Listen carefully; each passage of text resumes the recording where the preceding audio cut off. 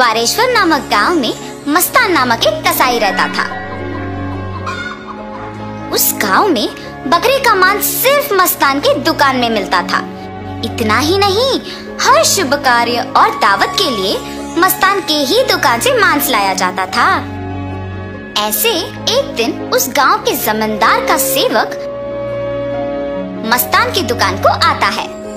हे मस्तान, कल जमींदार के महल में एक बड़ी दावत रखी जा रहा है। उस दावत को बहुत बड़े लोग और अमीर लोग आने वाले हैं। 100 लोगों के लिए खाना बनवा रहे हैं। उसके लिए तुम्हें 15 किलो मांस ताजा काट के कल सुबह 6 बजे को महल लेके आना होगा। पैसे तुम्हें वहीं पे मिलेंगे। मस्तान सलमान की बात को मान लेता है, लेकिन उसके पास 15 किलो का मांस नहीं होता है। इसीलिए वो बकरी वाले के पास जाता है। रमेश भैया, रमेश भैया, दरवाजा खटखटाता है। अरे क्या हुआ मस्तान, इस समय पे आए, बात क्या है? जमींदार के घर में दावत के लिए मुझे 15 किलो मांस की जरूरत है। मैंने वचन दिया कि सुबह 6 बजे उनको मांस पहुंचा दूंगा। समय ना होने के कारण मैं अभी तुमसे बकरी खरीदने आया। हाँ, तो ये है बात। ठीक है, 2000 रुपए दे के बकरी ले जाओ। ये क्या भैया, 1000 ही तो है। अब जमींदार के लिए है तो कम से कम 2000 होगा ही ना। अगर तुम्हें नहीं चाहिए तो रहने दो, मैं आराम से सो जाऊंगा। नहीं नहीं भैया, मैंने वचन दिया है, अब पीछे नहीं हट सकता। मैं दे दूंगा 2000। ऐसे कहकर 2000 दे के बकरी खरीद के घर चलते हुए सोचता है, जमाए हुए पैसे एक दिन में खर्च हो गए। कोई बात नहीं, जमींदार के दावत के लिए मांस पहुंचाने के बाद पैसे मिलेंगे ना। अभी जल्दी से काम शुरू करके सुबह तक पहुंचा देना होगा। ऐसे सोचकर मांस को साफ करके उसके टुकड़े टुकड़े काट के सारी रात मेहनत करके 15 किलो मांस को तैयार रखता है।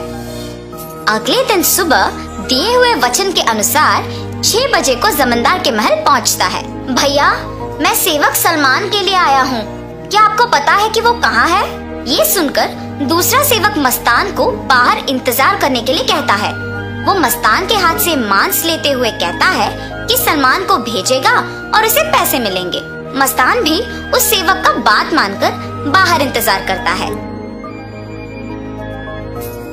लेकिन सेवक उसके हाथ में मांस को देख सोचता है, इस 15 किलो मांस से अगर मैं 1 किलो ले लूं तो किसको पता चलेगा? किसी को भी नहीं पता चलेगा।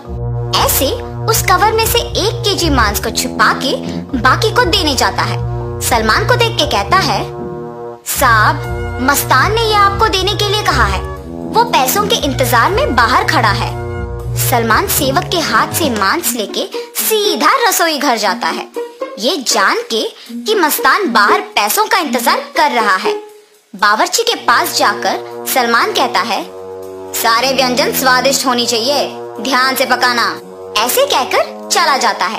बावर्ची पकाते हुए, इतने मांस से अगर मैं 2 केजी ले लूं तो किसको शक होगा? किसी को भी नहीं होगा। ऐसे सोचकर मांस को छुपा के बाकी को पकाता है। दावत के व्यंजन की तैयारी के लिए जिम्मेदार किशन व्यंजनों का स्वाद चख के कुछ सेवकों की सहायता से उन सभी में से थोड़ा थोड़ा अपने लिए ले लेता है।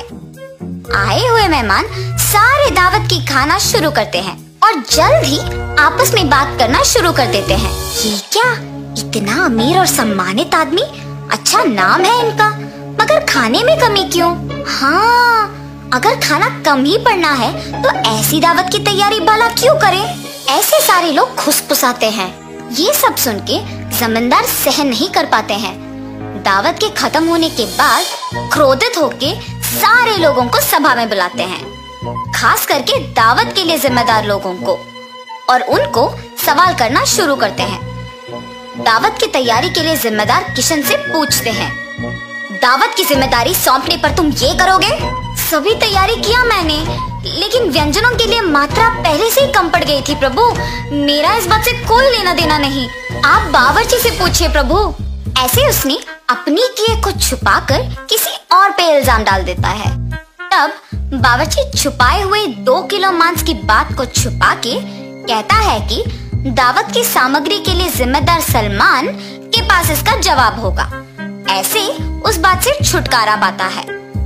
सलमान भी औरों की तरह मांस के दिए गए 6,000 रुपयों को मस्तान को ना देकर अपने ही पास रख के, ये जानते हुए कि मस्तान पैसों का बाहर इंतजार कर रहा है, जमींदार से ये बात छुपाता है और कसाई मस्तान पे इल्जाम डाल देता है कि उसने मांस कम मात्रा में दी है। अभी जाके मैं उसका काम तमाम करता हूँ प्रभु, ऐसे कहता है। उसी सभा में मौजूद मस्तान उस इल्जाम का सहन नहीं कर पाता है। सभा में से जमींदार के सामने आके कहता है, जमींदार साहब, इस पूरे गांव में मैं अकेले कसाई हूँ। पिछले 10 साल से मैं ये व्यापार कर रहा हूँ और इतने साल से आपके घर में हर कार्य और हर दावत पे मैंने खुद मांस दी है, मगर कभी भी ऐसी मुसीबत नहीं आई। आपके घर में दावत का नाम सुनते ही 1000 के बकरी को 2000 में बेचते हैं। सुबह आके मैंने मांस को पहुंचा दिया और आपके सेवक सलमान ने मुझे मांस के पैसों के लिए सुबह से इंतजार करवाया। सलमान को मांस देने के बहाने से एक और सेवक मेरे हाथ से मांस लिया और मुझे बाहर इंतजार करने के लिए कह दिया और ये भी कहा कि वो सलमान को बुलाएगा। उसके बाद इनमें से कोई भी मेरे पास नहीं आया। कृपया मेरा यकीन कीजिए प्रभु, आप ही की दया से जी रहा हूँ। मस्तान, मुझे तुम्हारे बारे में पता है, तुम फिक्र मत करो। सैनिकों, सलमान के कपड़े खोजो, देखो अगर 6,000 रुपए मिलते हैं। खोजने पर सलमान की जेब में 6,000 रुपए मिलते हैं। ऐसे उन सब में से सलमान पकड़ा जाता है। और इतना ही नहीं, किशन जिन सेवकों की सहायता से सभी व्यंजन उनसे थोड़ा अपने लिए ले लेता है, उनमें से एक सहायक जमींदार को सच कह देता है। बावर्ची का झूठ बैग में रखे मांस कोई सेवक को मिलने पर बाहर आ जाता है और पहला सेवक जिसने 1 किलो छुपा लिया, उसने डर के मारे अपनी गलती मान ली। तब जमींदार सभी को दंडित करते हैं